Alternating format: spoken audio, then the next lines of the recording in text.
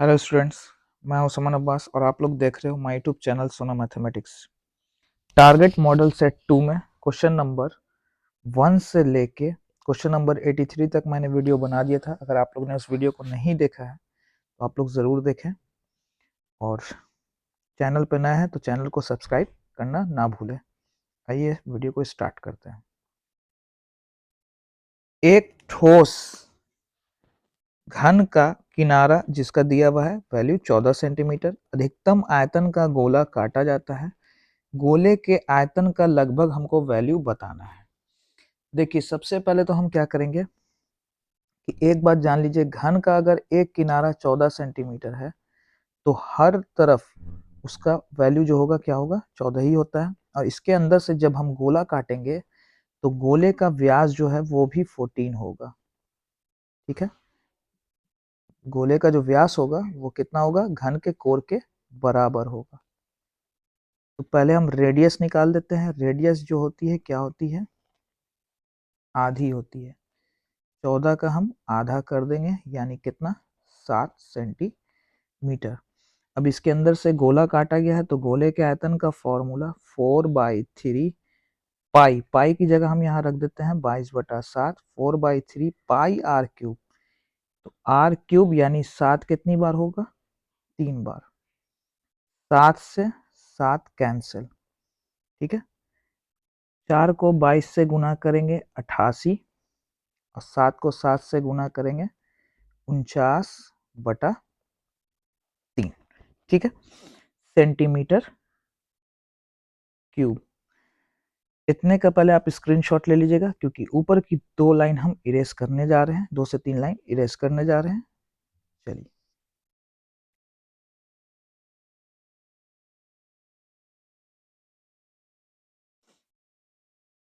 49 को किससे मल्टीप्लाई करेंगे, 88 से। तो 8 का टेबल 9 बार पढ़ेंगे, 9 8 72, हासिल कितना बचा, 7।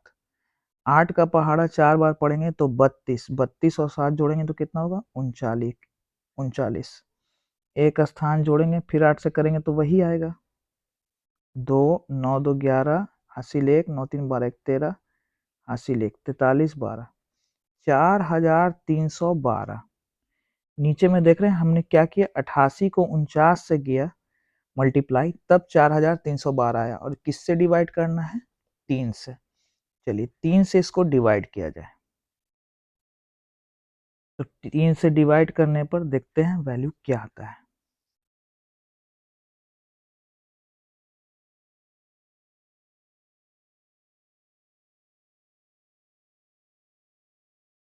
चौदह का पहाड़ा पढ़ेंगे तो 14 तिया कितना होगा, 42।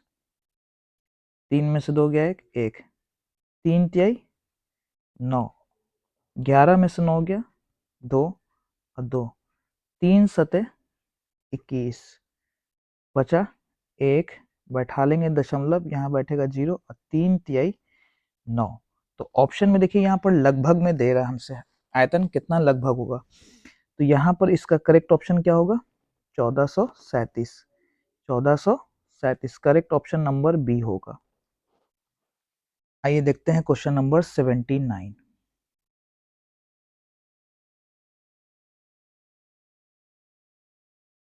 क्वेश्चन नंबर 79 में है, गोले का वक्रपृष्ठ क्षेत्रफल 144 पाई दे रहा है। गोले का वक्रपृष्ठ, तो गोले के वक्रपृष्ठ का फॉर्मूला होता है 4 पाई आर स्क्वायर। गोले के वक्रपृष्ठ का फॉर्मूला 4 पाई, पाई का मान हम यहाँ रख दे रहे हैं 22/7 इंटू आर स्क्वायर बराबर में कितना, 144 पाई। अच्छा, पाई का मान हम यहाँ रख दिया, आप पाई पाई कैंसिल कर लो।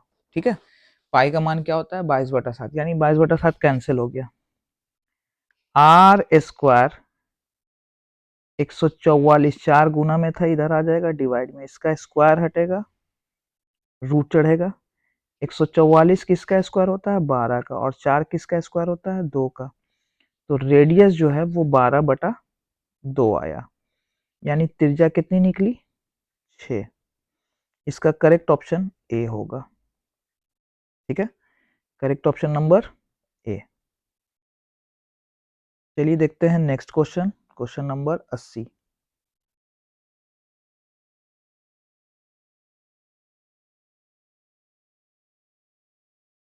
शंकु का आयतन दिया हुआ है 1570 सेंटीमीटर क्यूब और आधार का क्षेत्रफल दिया हुआ है।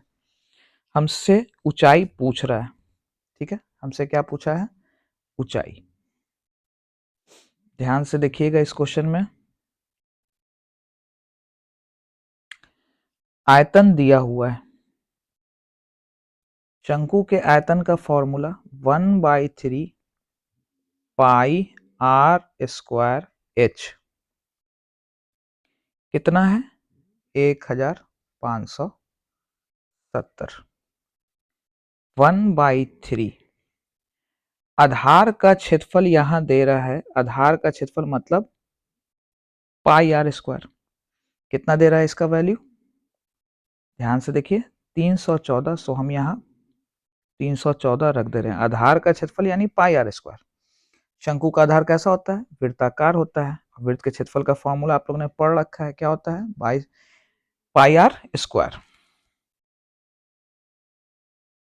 चलिए h का वैल्यू पता करना है। सारे वैल्यू को जब हम बराबर के इधर लाएंगे तो 3 मल्टीप्लाई हो जाएगा और 314 क्या आ जाएगा? डिवाइड में, ठीक है। 314 अगर इसको हम 5 से गुना करें तो 14 पचे 70 और 5 तिहाई 15, यानी ये 5 बार में पूरा पूरा कट रहा है और 5 तिहाई कितना आया? 15। तो क्वेश्चन नंबर 80 का जो जवाब है वो होगा ऑप्शन नंबर बी। चलिए देखते हैं क्वेश्चन नंबर 81।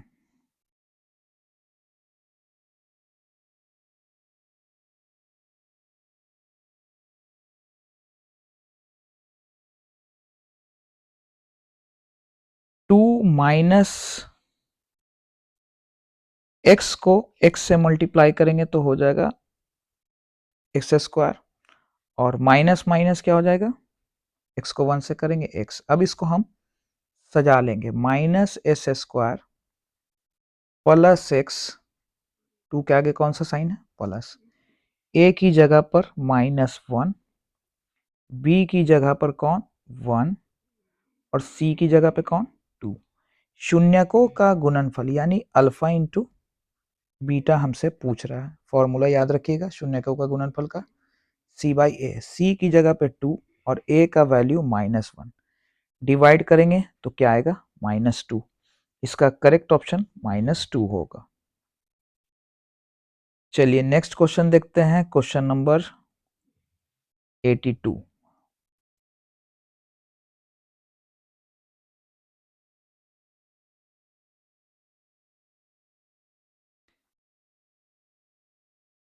ए की जगह देख लेना है, ए की जगह पे कौन है? 1, बी की जगह पे है -4 और सी की जगह पे कौन है? 3। 3 कॉमन कर लेंगे तो क्या हो जाएगा? अल्फा प्लस बीटा, यानी शून्यकों का योग। अल्फा प्लस बीटा का फॉर्मूला होता है -b/a। 3 गुना माइनस बी की जगह -4 और a का वैल्यू 1, माइनस माइनस क्या हो जाएगा? प्लस। 4 तिहाई 12। करेक्ट ऑप्शन इसका ए होगा। चलिए देखते हैं क्वेश्चन नंबर 83।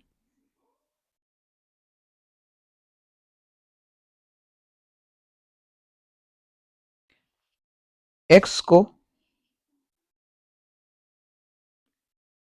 को ध्यान से देखिए, क्वेश्चन हम पहले लिख देते हैं। 2x - 5 -3 है। x को पहले इससे मल्टीप्लाई करेंगे तो ये क्या हो जाएगा? 2x²। फिर x को किससे मल्टीप्लाई? -5 से, तो ये हो गया -5x -3। शून्यकों का योग पूछा है। क्या पूछा है? शून्यकों का योग, यानी अल्फा प्लस बीटा। फॉर्मूला क्या होता है? -b/a। अब हमने ध्यान क्या देना है? b की जगह पर कौन है? -5, आगे का -5, और a की जगह पे है 2। माइनस माइनस हो जाएगा प्लस, 5 और नीचे कौन 2, 5/2 इसका करेक्ट ऑप्शन होगा ऑप्शन नंबर डी। चलिए देखते हैं नेक्स्ट पेज।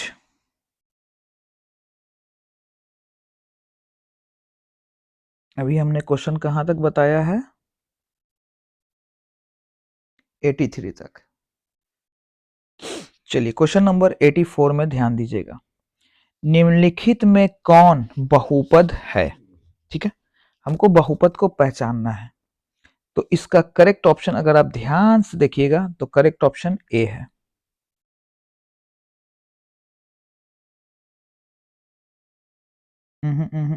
ध्यान देना है। ठीक है, देखिए ऑप्शन नंबर डी इसका करेक्ट ऑप्शन है। क्यों? क्योंकि ये जो है द्विघात बहुपद के रूप में है। किसके रूप में? द्विघात बहुपद के रूप में। A x square plus B x plus C के फॉर्म में है। ठीक है, इस ऑप्शन के अलावा अगर आप देखिए रूट में कोई भी वैल्यू, रूट के अंदर अगर घात रहे, एक्स रहे, चर अगर रहे, तो वो कभी भी द्विघात बहुपद नहीं हो सकता है। तो ऑप्शन नंबर ए तो नहीं होगा। बी पर अगर पावर पूर्णांक में दिखे, निगेटिव में दिखे और रूट अंडर एक्स में, तो ये ए बी सी ऑप्शन तो नहीं होगा। इसलिए इसका करेक्ट ऑप्शन क्या होगा? Option number D. चलिए देखते हैं क्वेश्चन नंबर 85। 85 में क्या करना है कि पूरा मैथ सॉल्व नहीं करना है किसी भी विधि पे। 2x 2x प्लस 3y बराबर क्या दिया हुआ है? 12। यहां पर से हम वैल्यू को रख रख के चेक करेंगे। ऑप्शन ए को चेक करते हैं तो x की जगह क्या रखना है? 2 प्लस y की जगह क्या रखना है? 3। तो 4 हुआ और 3 जोड़ेंगे तो कितना हुआ? 9 बराबर में 12। 9 और 4 जोड़ेंगे तो क्या होगा? 13 बराबर 12 हो सकता है? नहीं हो सकता है, यानी ऑप्शन ए गलत है। अब इसी तरह से हम x और y की जगह सेकेंड ऑप्शन को चेक करते हैं। x की जगह 2 रखा, 3 गुना -3 रखा बराबर में 12। 4 माइनस 9 कभी भी 12 आ सकता है, क्योंकि ये बचेगा -5 और इधर में बचेगा 12, इसलिए ये ऑप्शन भी नहीं होगा। अब ऑप्शन नंबर सी पे ध्यान देते हैं। ऑप्शन नंबर सी में क्या है? 2 गुना x का वैल्यू 3, 3 गुना y का वैल्यू 2, देखते हैं इक्वल में 12। 6 प्लस 6 बराबर क्या आया? 12। चर का यह मान जो हमने रखा इसको संतुष्ट कर रहा है, सेटिस्फाई कर रहा है, इसलिए इसका करेक्ट ऑप्शन सी होगा। ठीक है, आप इसी तरह से ऑप्शन सेकंड पे भी रख के चेक कर सकते हो। देखो 3 गुना x की जगह हम क्या रखा? 3, -2 इंटू वाई था, y की जगह हमने क्या रखा? 2, 3 तिहाई 9 और 2 दूनी 4, 9 में से 4 जाएगा, क्या बचेगा? 5 बराबर में 5 है, यानी संभव है ये वाला वैल्यू। चलिए नेक्स्ट देखते हैं। यहां पर 4 ऑप्शन दिए हुए हैं, अद्वितीय हल है कि अनंत हल है या कोई हल नहीं है, तो इनमें से कौन है ये हमको पकड़ना है। तो आपने शर्त याद रखना है। देखिए x के आगे छिपा है 1 और a1 a2 की जगह पे है -3, b1 की जगह पे है 2 और b2 की जगह पे है -6, c1 की जगह पे है 1 और इसकी जगह c2 की जगह पे कौन? एक मिनट ध्यान से देखिएगा। a1 b1 c1 a2 b2 और लास्ट c2। ठीक है, हमने क्या किया? पहले a1 बाई a2 पे, a1 की जगह पे कौन? x के आगे 1 छिपा था, 1 लिखा। a2 की जगह पे है -3, b1 की जगह पे 2, b2 की जगह पे -6, c1 की जगह पे अगर +5 को हम उधर ले जाएं तो क्या होगा? -5 होगा। क्या होगा? -5। और +1 को बराबर के उधर ले जाएं तो क्या होगा, -1। ये दोनों माइनस माइनस कट जाएगा। देखिए 1/-3, इसका भी वैल्यू 1/3 आएगा क्योंकि ये दोनों कट रहा है किसी टेबल से। 2 1 कम 2 और 2 तिहाई 6, ठीक है, -1/3। और इधर कौन है, 5/1। ये दोनों बराबर में आया, लेकिन 5/1 बराबर में नहीं है, यानी A1/A2 बराबर B1/B2 और नॉट इक्वल C1/C2 के शर्त पे आया। तो जब हमने ये शर्त पढ़ी है, ये किस शर्त को फॉलो कर रहा है, कोई हल नहीं होगा। 3 फॉर्मूले हैं इसमें, आपको याद रखने हैं, अद्वितीय हल के, ठीक है, समीकरण के अनेक हल के, और कोई हल ना पे। चलिए नेक्स्ट क्वेश्चन है, कोई हल ना हो तो के किस मान के लिए समीकरण का कोई हल नहीं है, यहां पर हमको चेक करना है। तो चलिए देखते हैं। A1 समीकरण का कोई हल ना होगा, फॉर्मूला याद रखिए क्या होता है, A1/A2 B1/B2 और नॉट इक्वल C1/C2। A1 की जगह पे कौन है, K, A2 की जगह पे 6, A2 की जगह पे है 6 बराबर B1 की जगह पर -5, B2 की जगह पे 2। अब 6 को जब हम बराबर के इधर लाएंगे तो ये इनटू हो जाएगा, 5 × 6/2। और 2 के टेबल से कितनी बार में कटेगा, 3 बार में, 5 तिहाई 15। के का मान क्या आया, -15 आया। इसका correct option option number D होगा। Correct option option number D. चलिए देखते हैं next question 88।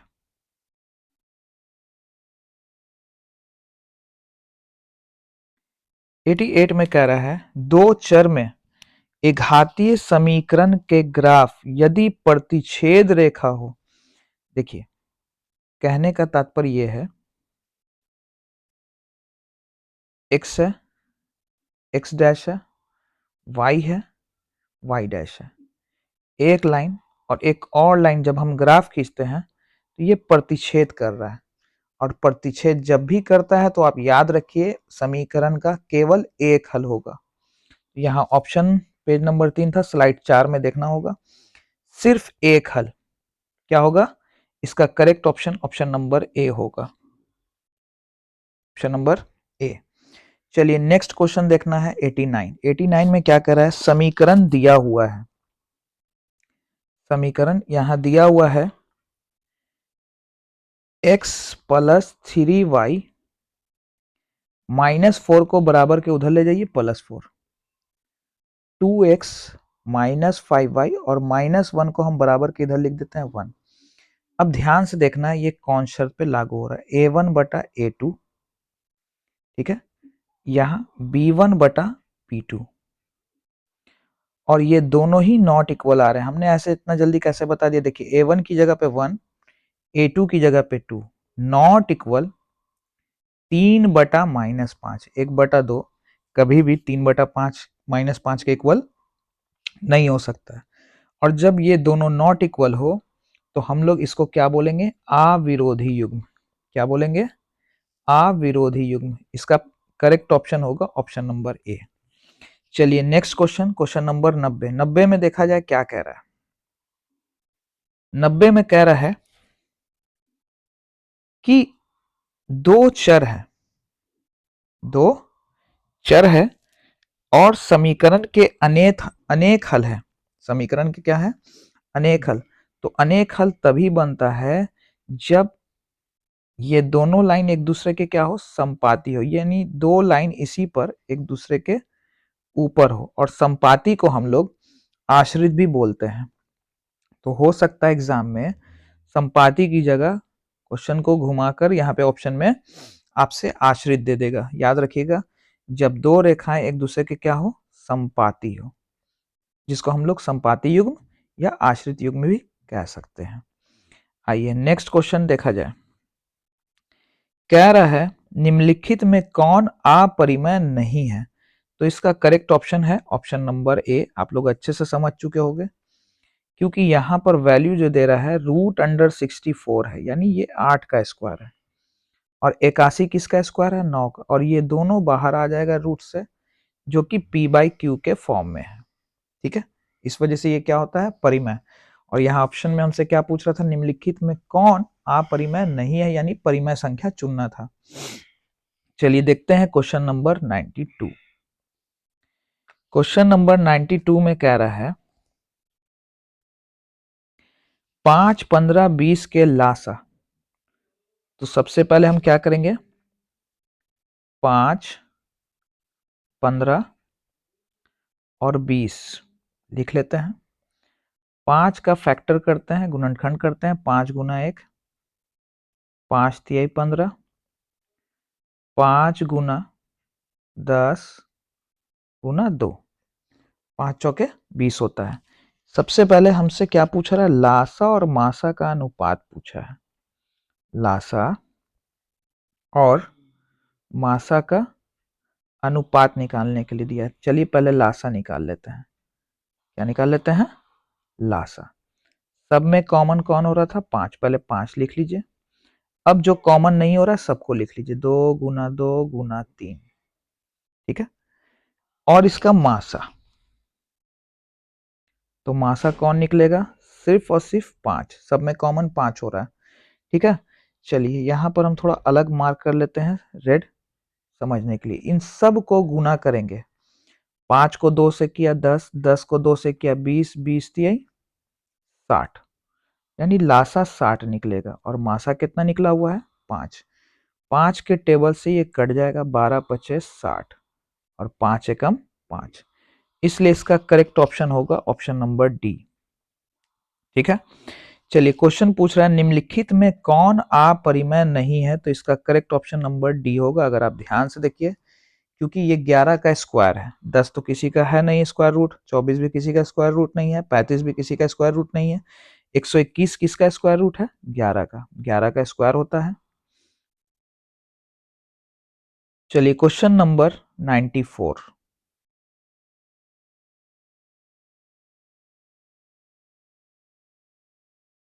To x square plus 5x minus 12 के शून्यक है। चलिए तो हम इसको क्या करते हैं, पहले लिख देते हैं एक line. 2s square plus 5x minus 12, तो 2 को हम करेंगे 12 से मल्टीप्लाई, गुना करने पर 24, जोड़ने घटाने पर 5 लाना है। 8 तिहाई, अगर 8 को हम 3 से गुना करें तो 24 होगा, और 8 में से अगर 3 घटाएं तो क्या होगा? 5 बचता है। 4 पद का आधा कर देना है। माइनस के बाद जैसे लेंगे अंदर का साइन चेंज हो जाएगा। ठीक है, कॉमन हुआ 2x, बचा x प्लस 4। इसमें कॉमन हो रहा है 3, क्या बचा? x plus 4। x plus 4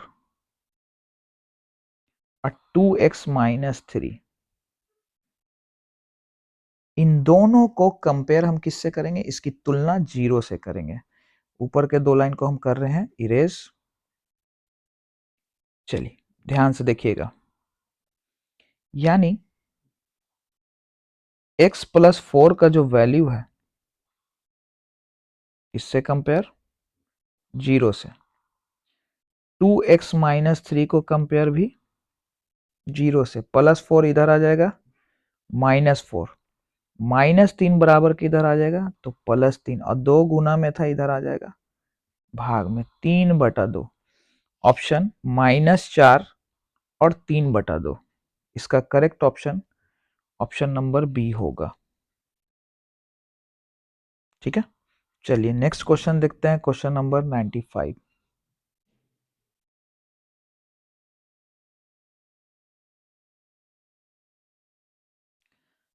S square plus 5x plus 8 के अल्फा और बीटा हो तो अल्फा प्लस बीटा का वैल्यू बताना है।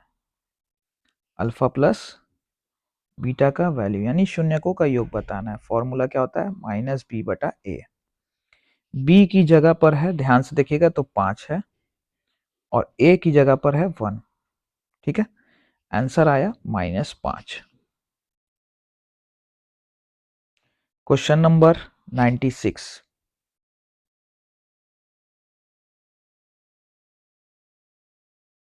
ए और 18 यानी पहली संख्या ए और दूसरी संख्या 18, इन दोनों का लासा दिया हुआ है 36 और मासा दे रहा है 2। याद रखिए फॉर्मूला होता है पहली संख्या गुणिया दूसरी संख्या बराबर लासा इंटू मासा। 18 के टेबल से 36 कट गया 2 बार में, 2 दूना 4। इसका करेक्ट ऑप्शन नंबर सी होगा। चलिए देखते हैं क्वेश्चन नंबर 97। कह रहा है P और Q दो अभाज्य संख्या है। P है और Q है, तो P को अगर हम तोड़ेंगे तो P गुना 1, Q को तोड़ेंगे तो Q गुना 1, और इन दोनों में कॉमन क्या हुआ? सिर्फ और सिर्फ 1। ठीक है, अभाज्य संख्या क्या निकलेगी? 1। Question number 98।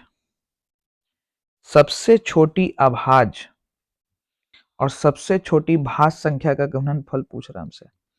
तो सबसे छोटी अभाज्य संख्या होती है 2 और उसके बाद भाज्य संख्या आती है 4। इन दोनों को मल्टीप्लाई करेंगे तो कितना आएगा? 8। इसका correct option option number C होगा। निम्नलिखित में कौन सी अभाज्य संख्या है? देखिए 25 को अगर हम देखें तो ये 1 से भी जा रहा है, 5 से भी जा रहा है और खुद से भी जा रहा है। 16 1 के टेबल से, 2 के टेबल से, 4 के टेबल से, 8 के टेबल से और 16 से। उसी तरह से 1, 3, 5 और खुद से। ठीक है, 25, 16, 15 ये सब कट रहा है, लेकिन अगर हम 29 को देखेंगे तो 29 सिर्फ और सिर्फ खुद से जा रहा है। ठीक है, तो ये कौन सी हो जाएगी? अभाज्य संख्या हो जाएगी। चलिए क्वेश्चन नंबर 100। क्वेश्चन नंबर 100 में दे रहा है, आपने देखा होगा कुछ क्वेश्चन पढ़े भी होंगे कि 0.6 पे रिक्वायरिंग रहता है और इसको हम किस रूप में लाते हैं? P बटा Q के रूप में ला सकते हैं। तो यहाँ पर है 3.27 पे रिक्वायरिंग, तो हम इसको अगर दशमलव हटाएंगे, ठीक है, तो यहाँ होगा 327/99 जो कि P बाई Q के फॉर्म में आता है। और P बाई Q के फॉर्म में जो भी संख्या है उसको हम लोग क्या बोलते हैं? परिमेय संख्या। इसका correct option option number B होगा।